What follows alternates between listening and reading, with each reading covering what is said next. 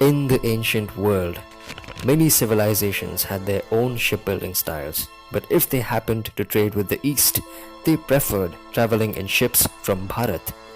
It is said that when Vasco da Gama was towed to Calicut in a merchant ship, and when he met Samuruddin, the ruler of the region, he was awestruck at the size of the ships he saw there. Shipbuilding evolved over a long period in Bharat and even existed in the times of Ramayana and Mahabharata.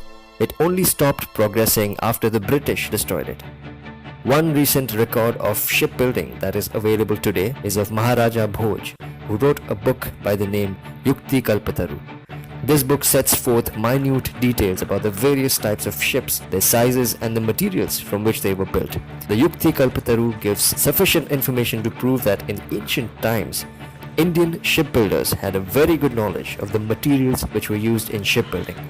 The Yukti Kalpataru describes the qualities of the different types of wood and their suitability in shipbuilding, along with classification of ships based on their size. The primary division is into two classes: Samanya, which were used for river and sea travels, and Vishesh, which were used for ocean travels. Ships that undertook sea voyages were classified into Dirgha type of ships, which had a long and narrow hull, and the Unnat types of ships, which had a higher hull. There was a lot of attention given on comfort of passengers and internal seating, along with decoration of ships. There are three classes of ships that are distinguished in the book according to their length and position of cabins.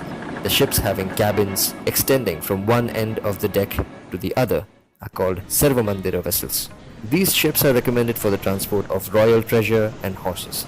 The next are the Madhyamarinandira vessels, which had cabins only in the middle part of their deck. These vessels are recommended for pleasure trips. And finally, there is the category of Agramandira. These ships were used mainly in warfare.